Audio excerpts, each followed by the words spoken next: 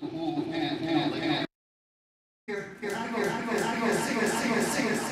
of the body, I know the other one's okay in place, or helps me find the other side. So he's just got his, this would be like having the punch in line. I connect to it, right? Or maybe I connect and then that's way in, we'll go over the top. If I go over the top, you'd need him to yield a little bit in order for that to continue. And I have to get to the other side where I'm safe. I go here, I'm only safe until he rounds over the corner, and then I got to get there again. Okay? So either I push him down like this. This technique is called Chun, which means circling hand. Okay? Circling hand can be done inward or outward. Okay? My hand up, it's got a position where the palm is facing the ceiling and the fingers are going to point. We call it Tan Sao. Tan means spreading. T-A-N. Okay? Here on the outside, I've got what looks almost like his, but I'm going to use a bit of the soft, kind of tender area of the wrist. We call it Fuk. Fuk means subduing or controlling, right? Tan and Fuk. Hyun puts me back to Fuk. So I'm on the outside, I'm on the inside, I'm on the outside, I'm on the inside. So hold on. So when you're on the outside, when you want to come inside, you got to dig with your fingertips. Right? The fingers have the power. Go ahead. Wherever your fingers go, your mind's going to go, your power's going to go. Okay? When he pushes me out from my elbow point, I'll just release it a little bit, and then I'll change. What I can do is I can help him learn. So I can try to throw a punch. As he makes that empty space, and then he would just hook the outside, and there it is, closed again. Okay? Now this happens, it's moving and changing and floating all over the place. Footwork is changing. People coming in and out of range. So Even on rotates, yet. and you got this never-ending gauntlet. Eventually, this game can go out here, can get pushed. We can be way outside. One guy can be pushing, recovering, inward and outward, and you can have this incredible match of chasing the hands out, off in one hemisphere. And it kind of goes never-ending until eventually somebody grapples. Right? Now, if we end up cross-sided, cross-sided gives you a free hand on the empty space. Okay? If I was same side, I got a free hand, but so does he. So I don't really have an advantage.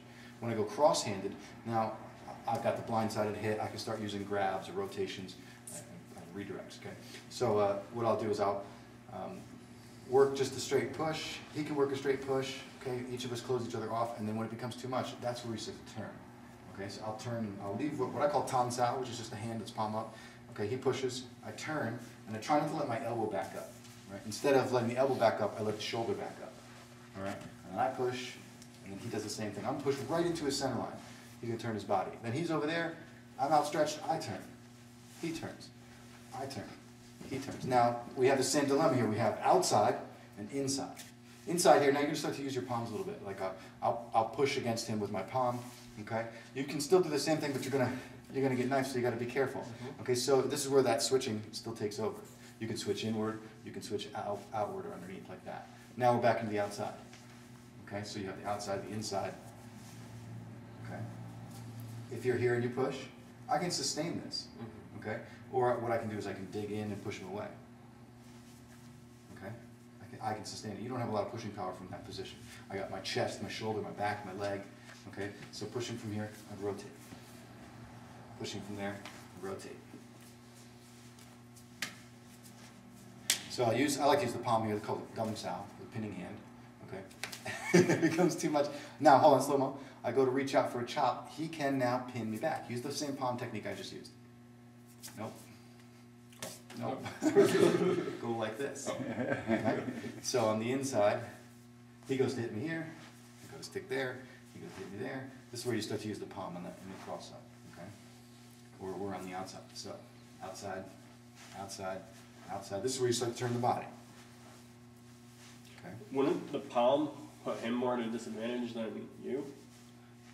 Because now we use this. Now mind you, I always have my other hand, okay? So I cut him, and then that's it. We start working in close range. We start hitting him with the elbows. So this palm positioning for a minute will buy me ability to hold him off. He doesn't have the advantage. But now his left arm is. We're only fighting one-handed for a second. Okay. Just if you would. So if I'm here, I've also got this hand. I wouldn't do this until maybe actually I've sent the two of them off. Okay. Or we're cross-handed and he switched sides on me. He rotates. From the relaxed elbow position, the hand is relaxed. I'm going to reach in for like a low palm, and you're going to do a small snap of your wrist. Looks like this. Okay. Chinese for that is jut. Jut. You just snap. Or a sudden jerk, right? So what I'll do is slow-mo here. I'll reach to you like a low attack, and you'll snap your hand. Then you'll reach to me for a punch to the face. Instead of doing anything, it's just from the low punch right up to the face. Okay, right. So you have this ingrained into you: snap and punch, snap and punch. Right? You wait for the other guy to push, and then that gets it to you. Right? That's the first part. You feed me that, and then I look to flow. Okay? So the bong sao, if I go slow motion here, pause right there. I go from any outreached arm. I have no more. I can't come out and get the palm back in or get the forearm back in. So instead, I use my elbow. I punch. I lift. So it goes like this. Actually rotates. It spirals over, and then the elbow becomes the highest technique in the air. Right? Of course, I got to stick here, right? So we can do this exercise with the closed eyes. I feel, and hold on. You wait for me to attack you, and then I wait for you to attack me. You're borrowing my strength, and I'm borrowing yours. Hold on, relax, try to relax. So you haven't begun until one of you guys throws at each other. The guy on the inside initiates. Okay? And I would turn if I don't feel comfortable being on fire mode. In the classic drill, you don't have to turn, it's just an arm technique. Hopefully know that I'm safe. Relax, wait for it. So your mind that has to calm, like water that gets very, very still. Right? And then I don't have any disconnection. As he goes to snap me down, he goes to punch, I stay attached, right? As best I can. I like to practice this with the eyes closed, and then also work the turn. And I can only really create my technique as smooth as you make your 1-2. So snap and throw, snap and throw. Right? I'm way in the firing line, so I had to use my other hand or turn. But this is the classic drill. We do this over and over again. Now, to help repeat it more often and exert less energy, you don't have to reach all the way out to the full extension of your arm. If I got here and you reached all the way out, you get yourself locked up and put into other things. So for good practice, we don't usually load the elbows all the way out to the end. Keep it bent a little bit, right? And then this little change can become shorter. Find it more times, right? So then I would switch. You're on the inside, you attack. And I punch, you lift. Now, if you only lift the elbow and you keep this shallow, you end up eating a punch 9 times out of 10. So the same angulation that you create here, I create on top, which is whatever 6 inches of the elbow off the body as it lifts. Okay, it's whatever this arm angulation is. So your structure should be obtuse. If this is a right angle and I pick that up and bongs out, it's going to hit me in the face because my forearm is only a few inches from my face. So pick up bongs out for a second, we'll fix the angle of it. The elbow is the blocking tool, and then the forearm reaches out. This distance, look at that distance, a little bit, right? Gives you a ton of space where if the fist was caught here, there's less risk of you getting hit in the front line. Most times you make this thing too short, you got to turn. Turn in the direction of the punch, yeah, and then there you go, I have a big empty spot. Right? So if you don't like the look of it, you just turn. Let's see, I'm on the inside, so I go to attack you. This, hold on, just this. I wait for you, hold on. Okay, and then I'd switch, and then you attack me, and I attack you. Okay, and we reset. And you attack me, and I attack you, and then reset. This is the classic 1-2 drill. This is like every system of Wing Chun has this. Go ahead and attack. I attack you, come again, attack, attack, okay? The goal is not to trick your partner, but to actually find a flow with them. So, less is more. What's the least amount of effort you need to do to block this thing? You're a little taller than me, but you don't need that much effort. All you have to do is get your elbow above mine, and I can't hit you. So your elbow's above mine. I try to reach out all the way I want. I'll never get there. Okay. Even if I start reaching in, I'll never get through. Okay? You just have to trust yourself. So you attack, I attack. Elbow should be the highest technique. Yeah. It's a wing block. Okay? Practice the turn as well, once in a while. Right? Yeah, it's just shifting on your body position and yeah. Okay. So for my setup, for my outside structure, we practice keeping the elbows in. Okay. And what that would do later on when you put it on the body is that it would give you a nice clenching position against a singular punch. Go ahead and punch me. It puts my elbow in the way. It makes it harder for you to hit the body. Okay. If he does hit the body, it's going to be diminished, or I can turn. And then I have the angulation against it. So what we do is we can just leave the hand, elbows in, he goes to punch, I snap my punch, or snap my wrist. Should give me the advantage, but this technique beats anything. Coming from down here to straight up, he just lifts the elbow. Go on, deflect it. Okay, you have a little drill you can rinse and repeat with. Go again and again and again, and when you want to switch sides, one guy just rotates underneath and then you can switch sides. As we rotate, you have to rotate where you are on the guy's wrists. Okay? And we're just standing in some neutral spine position. I'm just rolling high and low, like turning a steering wheel, okay? I reference using like a punch, the idea of the punch to be able to facilitate the bong sound. If this bottom hand gets overloaded, he just rotates it, okay? The rotation, combine that with the body turn, shifting, and there it is. Now he threw me off the center line, he's got all his counters coming to him, okay? We're gonna get into that, all right? So we just work on sticking, connecting, all right? There's 4 basic positions. Here we're doing what I call left-handed, which is where my left hand is in tan sao and bong sao. Left-handed. You can see it? Simple enough. We'll just see if we can start with that, and then I'm going to build into it. I turn, okay? Now, in the Silam Tao form, our first form, they have this technique where the arms open up totally like that. So it relates to that. I turn, and then I reach out. This is a forward shoulder that gives me an advantage, okay? Off of this, then I would shift again, and we've got techniques where you then can actually hit him or blitz down to his outside. When he jumps hands, stop. As soon as he jumps, this hand's not doing anything. Let's pick it up. Okay? What you could do is just stop it at that There's one. and there you go, I can actually launch my chop. That's good news. Okay? Thank you. And then, yeah, I'm going to use this first stance that I taught you guys at the beginning, this pressing stance, but I'm going to have to get real low with it.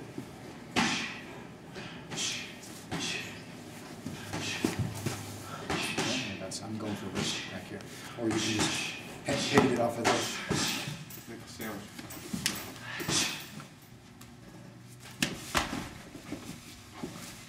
Alright. Okay? Yeah. Be easy on your partner.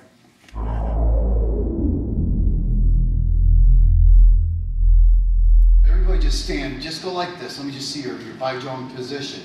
Notice my hand is center hand here. See what I'm doing here? I'm not going to be like this. Don't forget, we're not boxers, so you're not going to keep your hands up like this, like Olympic boxers. You want to keep 50-50 weight distribution, okay? Have your hands centered like this, because what will happen is people tend to, because what his stance is, people will tend to go around the hand, you know? And because your hand is here, it's just human nature to try to go around the barricade.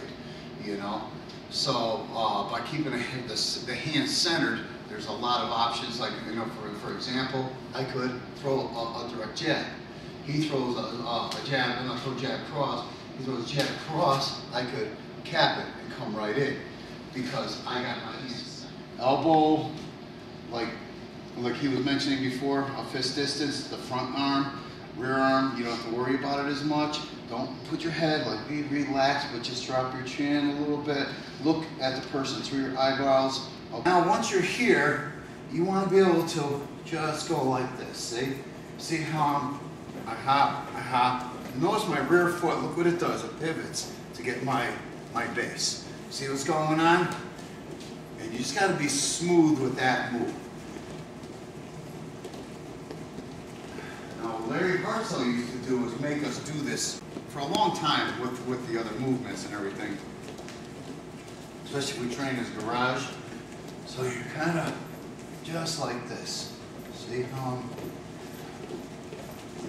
you want to be smooth. You want to be very I go like this, and bang, hop out a jab. See? Hop out a jab. Okay? Let's see everybody. Hop out of jet. That's where you go. When you breathe, you want to breathe from down here. If you go like that, that's the top of your lungs. Try to breathe from the bottom, like a more like almost a chew sound. Okay. What you got to do is you got to go like this. See what I'm doing here? Could you guys do this? See how my foot is up, my back foot is up. Rear foot, the front foot. See? You guys dance like that, you're going to get all kinds of shit. And go like this, if I end it, I should end up back if I jump. If you noticed, when I came in, and we're moving here, and I came in here, and then I went like that. That's the pendulum footwork, what I did there. Okay, see? So, what I'm doing is actually, this is one of the practice motions for that, is to go like this, right? And then you go like this, and you go back to your pendulum. Talk about coordination. See? See what I'm doing here?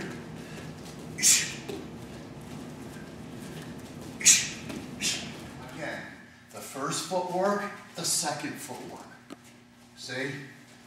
First footwork, second footwork. See? Can we do that? Let's all do that together. What we're going to do is, we're going to go to the first footwork, to the second footwork. See? First footwork, to the second footwork. See? First footwork, to the second footwork. See? First footwork, to the second. So, once I'm here, if I come in and I go like that, I'd love to be able to come in. Now I'll go to my clinch. See what's going on? See? That's what I'd like to be able to do. You know? If you're not a grappler, you don't have to stay there. You could just come in and come in like this and go here and then go here and then kick. See, you don't have to go to the clinch all the time. You know, it depends on what he does. If he decides to go to clinch, you better go grappler. And does everybody know the Paxal, the slap? You ever learn that? Okay. Yeah, let me show you something. He throws a jab at me, right? I just go like this. I teach it this way. If I'm going to do what's called long pop, that would be going this way. Okay? That's different. And then Kun Tao and Kali have their method. But we just teach it that way. Okay, so you're just going to come in and just kind of here. If you know how to slip, if you can slip, you can do that too. Okay? So, and what I'm going to do is, this will be the drill. Okay? He throws this here, and you come do your first footwork and then second footwork. Good. All right, do it again. So here, and he goes bomb. Now I'm going to do it to him, right? I come in here, and bomb, right here. Now he does it, and he comes in bomb, see? And now I do it, and bomb. And he does it, see?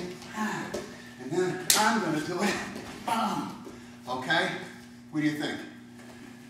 Kind of easy, right? Now, for a street fight, you could throw Bill G. So when I come in here, I throw Bill G, and I break the leg. See? That's just, You don't have to kick high, is what you're saying. yeah. But sport is different. We can adapt this to sport, we can adapt this to a street fight. You always have that, because remember I said, this sets the person up for knowing that you know something. Alright? So what do? You come up, boom! See what's going on there? You know, that's how you would get yourself in. What's he going to do? He's going to either defend it, okay, or he's going to take the hit. All right, so it's got to be something. So he's got to be, you're making him busy. Putting on defense. Yeah, exactly. So by the time he's busy, but like I said, when you're here, okay, defending, if he defends or if he gets hit, he's busy, so that's when you're able to go to the next shot. One of them came in. Yeah, so something has to get in. So if I come up here and I go boom, you can see, boom, see how that's right there. See? Okay? So you got a good flow of motion there. Okay? So it's just the opposite of what you've been doing. So you don't want to throw a side kick and then come back out and just for the heck of it, you know. Now you could, now again, for a street fight, you go boom, boom, like that, and then, boom, here, So you can do that too. So for a street fight, there you go. You got something for you, You could also hit into the groin and then go to the ice. Went for the 4 balls in the body, see? So, he might even throw a punch. He goes to throw a punch at me. Come on, see? I intercept with a jump tech. Okay? See, side kick. Any questions on that? Go high. Yeah, so we're going to go low high on this now. So I come up and I go boom, like that. Now he comes up, and if I'm here, boom. So instead of I got to get the timing a little better now. Do it again. If he's here, as this. As the leg, watch this. As the leg's coming out. See what I did there? It's very slick. There's a difference between this and then throwing and, see? And this is where you get back stuff. See? Okay, see what's going on? Instead of penduluming back off your side kick, you stepped in. Yes. Okay. So I'm actually, if you hold your side kick out, you land like this. It's like this. You jab cross, say for example. I jab and I cross. Now, as my hand is out there, it's right here, and then he does it, boom, and then he does it, good, and notice we don't wait. See? We just go right in on each other. Okay? One, two. You can come in direct and hit. Okay? You could, now at a longer range, I can fake and come in and hit, right? At a longer range, I can fake low, high, and then come in and do this. So what I'm doing, I fake, I come in here, I go like that, and I come right here, I'm right in position, automatically for it. Notice my My mount isn't a big sophisticated mount, okay? It's just a position of pinning. I'm using my shoulder to push him down, see? And 1, 2, 3, and then I go right to this. See? Next one. Probably not getting the part that comes before the takedown. Who is it?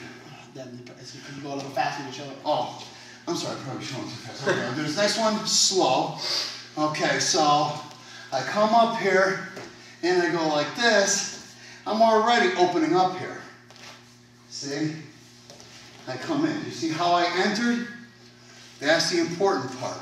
Even if I come in here, look what I got. Now I go to my position. Mm-hmm. See? So all you're doing, even if you're here, if I go here, look, see? If he doesn't let me in, say for example here, okay, he got something else. And look, see? You're right there. So you just go to something else. Old Larry Hartsell stuff. Just once you get to the clinch. Now the clinch doesn't necessarily have to be like this, but we'll take it from here, okay? Now the thing is, even if you're here now, speaking of leverage compliance, say you're in a tie clinch, we come in and we do something like this, right? You come in, boom, you hit here, and now you grab this arm here, right? And you come up and you're like this. See what I did? Okay, so once you're here, no, you're in a tie clinch, we'll do tie clinch, I start kneeing. Maybe he might defend, you know? See, look what I did. See, now all I'm doing is stuffing it under my head, coming up. I say point the finger to the ceiling because this locks it like this. Okay, it's not a choke yet, but it's close. Okay, so if you want, we get in here, boom, boom, here, right to here. If you want to do it from the grappling clinch, you could get right to here. A lot of times what I like to do is to go like this and then go here. See what I did? A little shimmy. Yeah, a little shimmy back to make him go off balance a little bit. Now, the side that I grab his head, this knee, I'm going to go down, okay? I come down and I go like this, and if you see here, you'll see I have his chin. I've got an actual neck crank, so I come back. That's lock number 1. See what I'm doing here? See, I just sit back, lock number 1. Okay, now I go here, lock number 2. This is an arm bar, okay? Just right behind the arm with this part of my hand, and I'm going just like this. Here, I push with my shoulder at the same time. You see how that taps him right out, okay? The next move would be right to here. Now notice the top foot is folded over. Okay, I hold on to the arm, and what I'm doing is I extend. See what happens there? Okay, there are other submissions, but we'll just take it that far. Okay, all you do is extend. See? Okay, so if you guys could go like this, you put your hand into your the inner knee, okay, like this, and you go out, you'll see that it kind of causes a lot of pressure on the neck. Okay, so it's kind of a tricky move. All right, so what I'll do, again, from the clinch, all you have to do is you hop back, stuff it in, grab. Knee on the side you're holding. Yes. Okay, if it's from the Muay Thai clinch, okay, if you want to, you're here. If you come up and here, grab. Come down, just like this. Look how I have his chin. I sit back like this. Some people teach it this way. Whatever one works for you. Okay? Stuff my face here and I go like this. Here, I extend my feet, and that's what causes him to tap out. Okay? Any questions on this? You need another lock? I mean, you know, you could do all this stuff. I mean, you could grab and, you know, go like this. There's a lot of other things you can do too, but okay. Now here's the trick. To get this out, you see what I'm doing here? Because you have to worry about some things. Notice I get away a little bit here. Now he can back up with this. You gotta follow. See what I'm doing here? The first one I did, I go behind the knee. Then you just sat down. I lock it there. See? Notice my whole body. I didn't use my arm strength. Look. Whole body. Okay? Okay. Lock number 2. When he goes in this position, he's here. You have to, right away, get this. I step in front this time. And I go over here. See where I am? This one. Then you turned and faced. My body does everything. Okay? Sometimes you might end up here. If you do, I put the leg over. If you don't, I always try to end up here on this one.